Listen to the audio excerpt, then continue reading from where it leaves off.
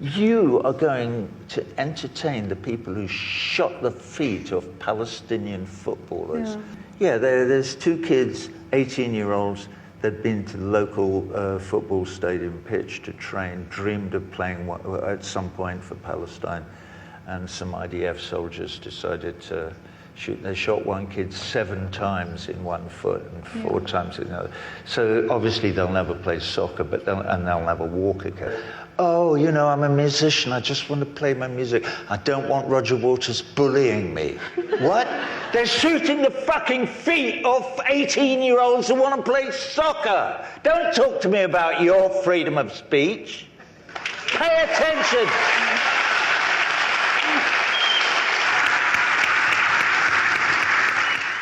I mean, I do care about it passionately, but I don't have to live there.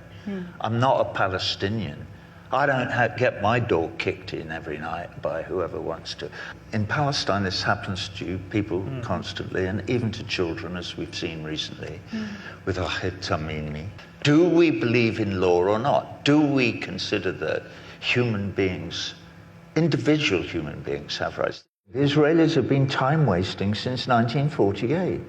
They pretended that they were going to go along with the UN mandate that there should be 2 states. If they were having a state, that there should be a Palestinian state as well. But they never had any intention of not taking over the whole thing. From 1948 on, they have been systematically making life on the earth that is Palestine intolerable for the indigenous people in an attempt to drive them into neighboring countries, into refugee camps, so that they can take over the whole. And I mean, at least now, they're sort of admitting it, because, you know, it's like, it was so obvious for so many years. But it's almost impossible for Netanyahu now to say the same thing again and again without kind of tittering up his sleeve.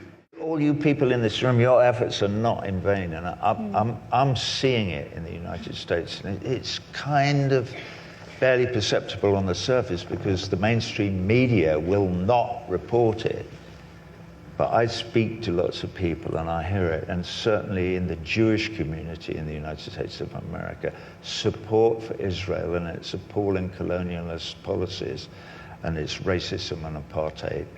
The support for them is diminishing at a great rate, particularly amongst the young, because this is a global effort and it is really beginning to gain some purchase, and that makes me really happy.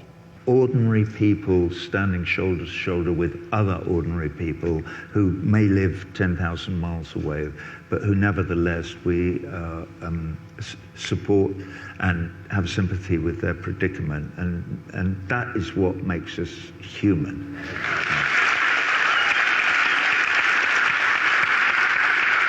Thank you, Doctor.